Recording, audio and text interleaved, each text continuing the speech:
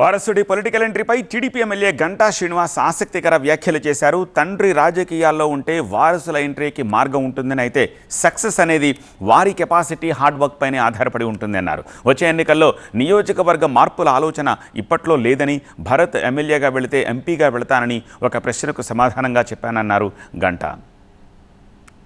ఎవరైనా వారసులు అనేది వాళ్ళకి అదొక ఎంట్రీకి ఒక చిన్న యాక్సెస్, కానీ వాళ్ళు రాజకీయాల్లో ఉండాలా, వాళ్ళు సక్సెస్ అవ్వాలా, లేకపోతే ఎలా ఉంటారనేది అల్టిమేట్గా వాళ్ళ యొక్క కెపాసిటీ బట్టి, వాళ్ళ యొక్క హార్డ్ వర్క్ బట్టి ఉంటుంది తప్ప రాజకీయాల్లో కేవలం వారసులతో సక్సెస్ అవ్వాలని లేదు. అంతేగాని అల్టిమేట్గా వాళ్ళు ప్రూవ్ చేసుకోవాల్సింది వాళ్ళు ఓన్గా వాళ్ళు ప్రూవ్ చేసుకోవాలి. వాళ్ళకి ఆ స్టామినా ఉండాలి, ఆ శక్తి ఉండాలి, ఆ హార్డ్ వర్క్ చేయాలి.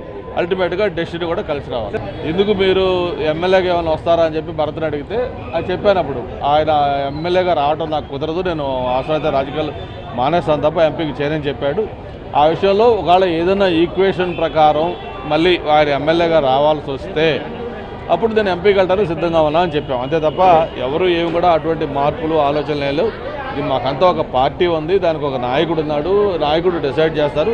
ఆయన డిసైడ్ చేసిన దాని ప్రకారం అందరూ నడుచుకుంటాం. రవితేజ కాదు, ఎవరైనా పాలిటిక్స్లోకి వస్తామని ఇంట్రెస్ట్ చూపిస్తే మా వంతు దీనికి సపోర్ట్ గ్యారెంటీగా ఉంటుంది, ఎంకరేజ్ చేస్తాం.